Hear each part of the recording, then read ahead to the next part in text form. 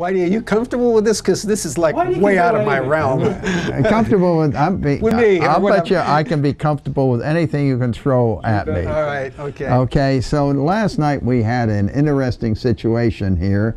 We were electing a new senator to the United States, and I noticed that Nantucket, they got a big turnout, over 4,000 people, and we were split. It's slightly toward Coakley more than Brown. What do you feel about the election that finished yesterday?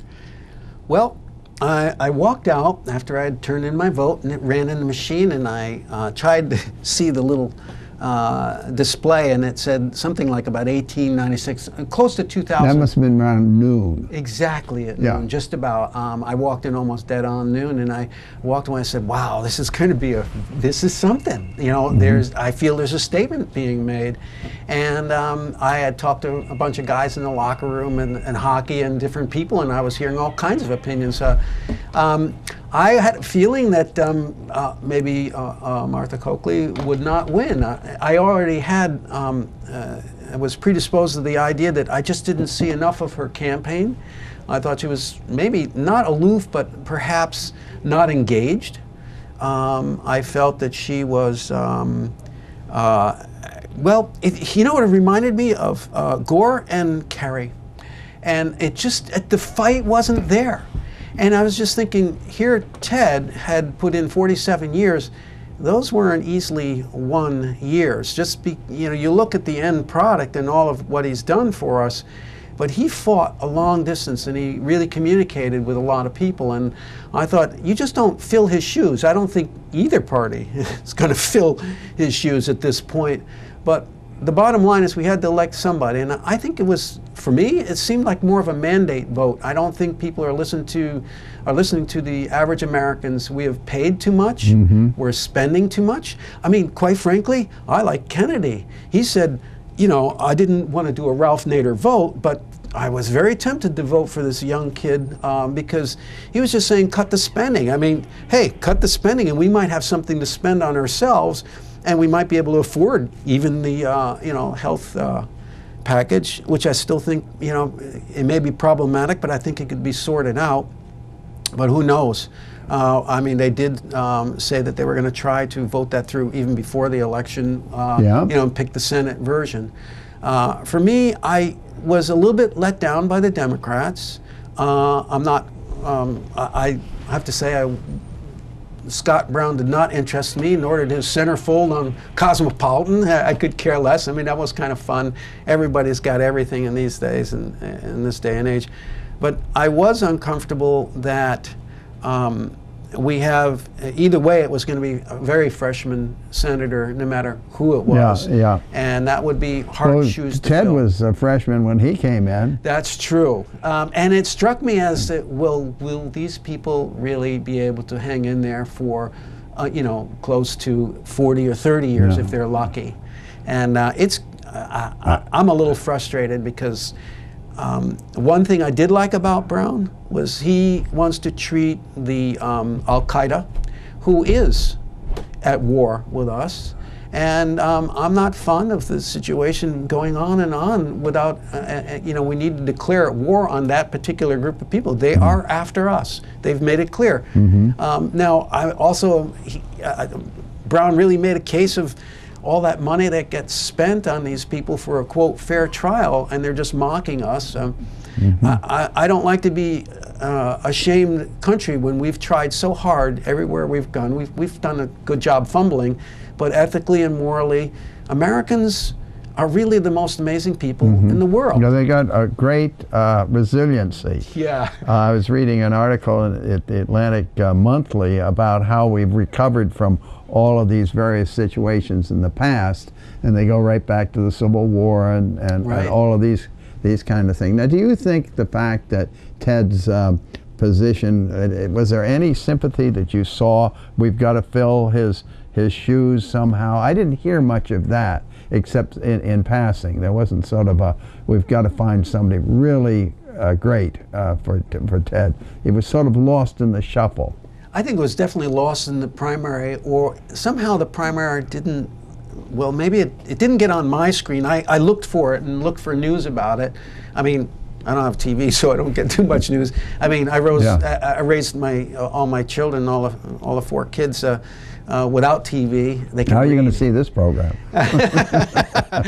Well, Gino did get me in here. I see. Gino, did he flag me off the street? Did he pull you off the street? Yeah, he's got a lot of talent that way. I see. Yeah. Well, that's interesting, your perspective. In other words, you were not involved in the Vietnam situation. You went to Zambia and to pay your debt to the society, and now you're talking about us being at war with Al-Qaeda, and I don't see any particular disconnect between what you're thinking and how you've lived your life.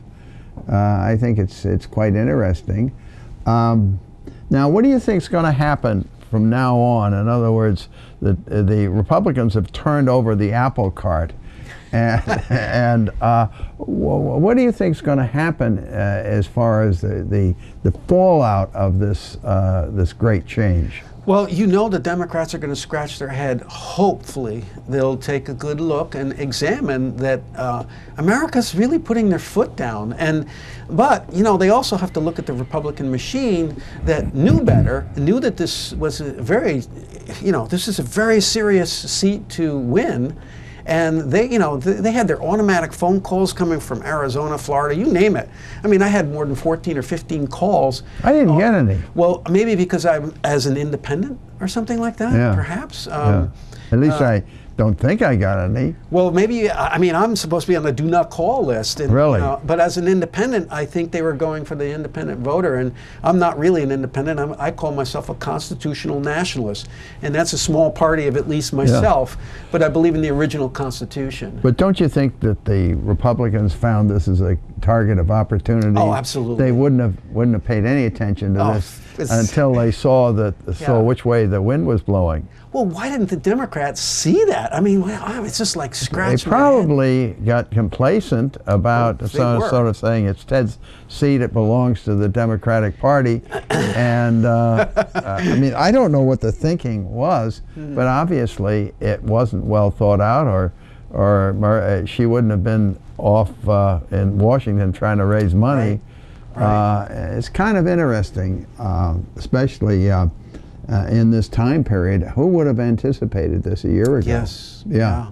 I think that obviously Obama inherited an absolute nightmare, and for anybody to expect him to correct things in 8 years, in the side of one, maybe in 8 years he can do it. I know that we did have a balanced budget, even though it was under Clinton, which I'm kind of mixed about, but he definitely was ahead of Bush, as far as my favorite. But I'm really concerned about where we're going to go from here. And I hope that the Democrats don't have too much to work with. They inherited a country in basic economic shambles. We have put more on the future of our children in debt than it might as well, in my opinion, be an economic slavery. I don't think people have they're not as deeply as informed as I believe they should be about the banks basically on Wall Street robbing us. I mean, we're bailing out these people, and it's business as usual. And and that's one of the things that Scott did. Well, we see this on Nantucket all the time. We see people in these big houses, and they invite all of their friends for the weekend, and they bring their own private chef and down here, and I don't think they have any idea what's going on in the island. And I sort of feel that this is indicative of what's going on in this country, is that a lot of people, they're not in touch with the dynamics. Yes. And that's what I find is really interesting about Nantucket, is if you want to spend some time looking around, you can begin to see we're a microcosm of what's going on in the nation. I absolutely believe that. I think that's the great part. What comes around goes around on this island sooner than on the mainland, and you can learn lessons of life a lot sooner. I've always loved it. I agree with you on that one. What is Gino saying where we're going to disagree? Philosophically. Oh, I can arrange. Well, philosophically, we understand each other here. Well, I hope so. Yeah, because I find this is why I'm involved in so many things on the island, is that if you push here, it'll pop up there, and you get the water around, so there's nobody from the next town over. You know, we can't borrow fire trucks from the next town over. Oh, that is so true. So we're self-contained. Right. And so I find that, you know, if you want to know the answer, just go down to Main Street and listen. That's right. And if you lose something, it'll find you. Yes, yeah. And so people say Nantucket's different, and that isn't just talking, it's true. Oh, yeah. There are a few summer people, of course, that have put in time and have developed friendships, but I think that somehow it seems that the higher the economics, the less connection, is what I've felt from the people that I've worked with. And I know a lot of people that work with a lot of wealth, and you know, some they might know the immediate, but I think as far as these, you know, the higher wealth socializing with us, I'm not, you know, I haven't been exposed to that. Whatever. Well, it's unfortunate, but I think that's part of the problem. In this country. It isn't a Democratic or it isn't a Republican. Right. It is maybe it's because we've got so much wealth around that people are able to be detached from what's going on around them. Yeah, add that detachment to Selbo and everything else. You're isolating yourself in virtual world. People don't have time to meet each other anymore. I mean, I came over because Gino's the Channel 17 phone number wouldn't work, so I knocked on the door, and he comes to the door and he says, "Hey, why don't you come down?" And I think, well, okay, I can do that. But the bottom line is, I got up and I saw somebody face to face, and I think a lot more can happen to that. I do like one of the assets of this downturn is that people are talking with each other. The locals are getting back, remembering each other. I think it's been a pretty beautiful time, even though it's been tough economically. I mean, it's not the best, but it's also not the worst. It's nice to know that you have friends and that you can be friends. When I grew up, I was here as a youngster, a summer visitor, so to speak, and there wasn't any possibility. For instance, if you got a plumber, you didn't get an off-island plumber, and if you bought something that was from off-island, you couldn't get a plumber to fix it. Right. And so we were totally self-contained here, no matter what your economic basis was. And that's all changed. We're bringing people in from off-island, but I just find it's just a wonderful place to learn. It is. And our politics here, I can see is similar. I've never been in politics before, and now I'm in politics, and I'm learning so much about this that I take interest in what's going on nationally, and I look at interview programs and say, okay, now how do they do it? And I just get a big kick out of it. Yeah, I've enjoyed the. I mean, yeah, even things the more island that we have. Things like the community supper, you know, meeting people. Isn't that fun? Oh, it is. And there's a lot of stuff that. Well, we're not supposed to advertise that. Oh, we're not? Oh, no, okay. no, we don't want to advertise that. Oh, Brenda, Steve, I'm sorry. Brenda will kill you. Okay, we're not. She won't even come on this Let's this edit show. that then. Okay. Yeah. Okay. The ice skating. You skate? I play hockey, rec league. Really? Yeah, I learned to basically skate hockey. I mean, way back in the 80s, Buzz Brown and a whole bunch of guys were going over to the vineyard. He was a neighbor of mine, and he invited me with them. He saw that I was a single parent of 3 kids, and he had a little mercy on me, and I was working too much. And I had a lot of fun, and then we tried to start a rink then. Charlie Kilvert and a few other guys tried to, you know, Buzz and those guys, we tried to get something started. Buzz Brown. Yeah. And we couldn't quite get it started. But ultimately it did get, the idea got restarted for the 3rd time. And now we do have the rink, and I think it's been a great place for, it's, you know, another community center point like the theater. And, you know, I just love this island for what it is. You get somebody like Dorothy Hamill. Right, yeah. Coming down here and teaching skating. She actually grew up in my neighborhood. Really? When I was growing up, was in Riverside, Connecticut, and she was on the the quote other side of tracks. And when she won the Olympics, my dad was the captain. Well, she's on the other side from you? Yeah, and the parade that they gave her, my dad was the captain of the police, and he was in charge of all the traffic control on her big parade day. It was kind of fun. It was, you know.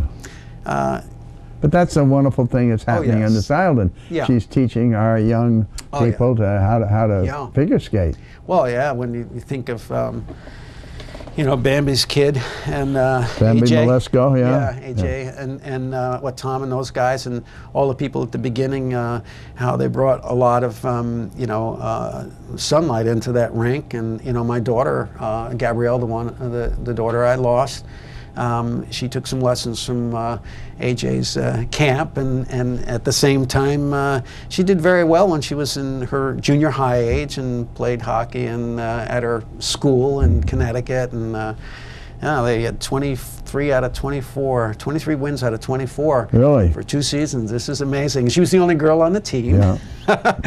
So it was good. you know, it was, you know, it's good. You know, AJ, I took her out sailing once, racing, sailboat racing, and right on the starting line she got her foot caught on the main sheet, and we tipped over and won the prize for the, the biggest thing. You know, Well, she can still skate, because I've been on the ice a couple of times with her, and she's really good. Now she's raising some kids, and that's great. You know, that's another Nantucket story. Yeah, exactly. Yeah. There's a lot of good stories out here.